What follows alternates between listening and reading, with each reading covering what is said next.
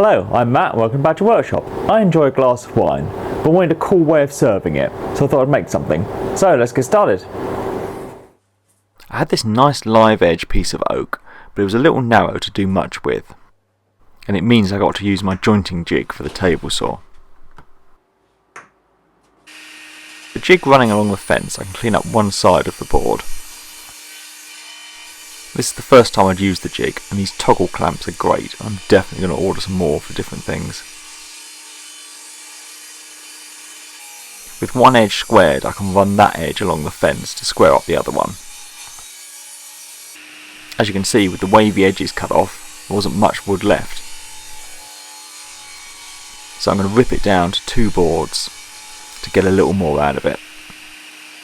So not to overwork the saw, I made several cuts, each time raising the blade a little until I was all the way through the board.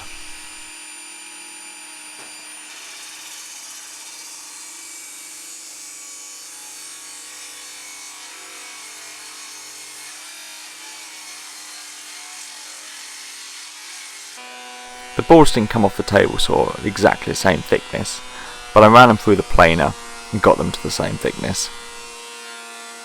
I got the idea for this from a David Picciuto video, so I'm blatantly just copying his idea.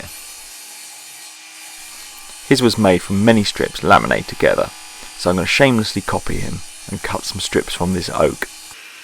I wanted a contrasting wood to go in between it, so I went for walnut and cut some strips down of that as well.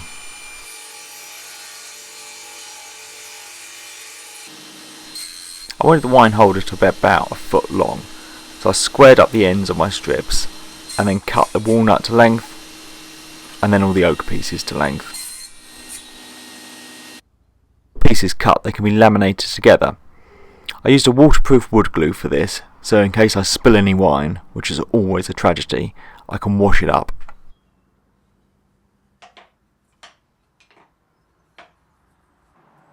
I clamped it all up, and to be extra safe I left it overnight to dry. To clean off any glue and flatten them out, I ran them through the planer, and then I could square up the ends. The ones I saw David make, he made in an oval shape. I didn't want to copy him, and I didn't want to leave them rectangular, so I thought I'd taper the ends. So I measured out and marked the areas that I wanted to remove on all 4 corners.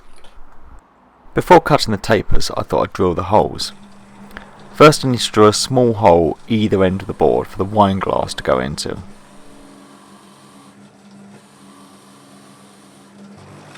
Then in the centre of the board it needs a bigger hole for the neck of the bottle to slide through.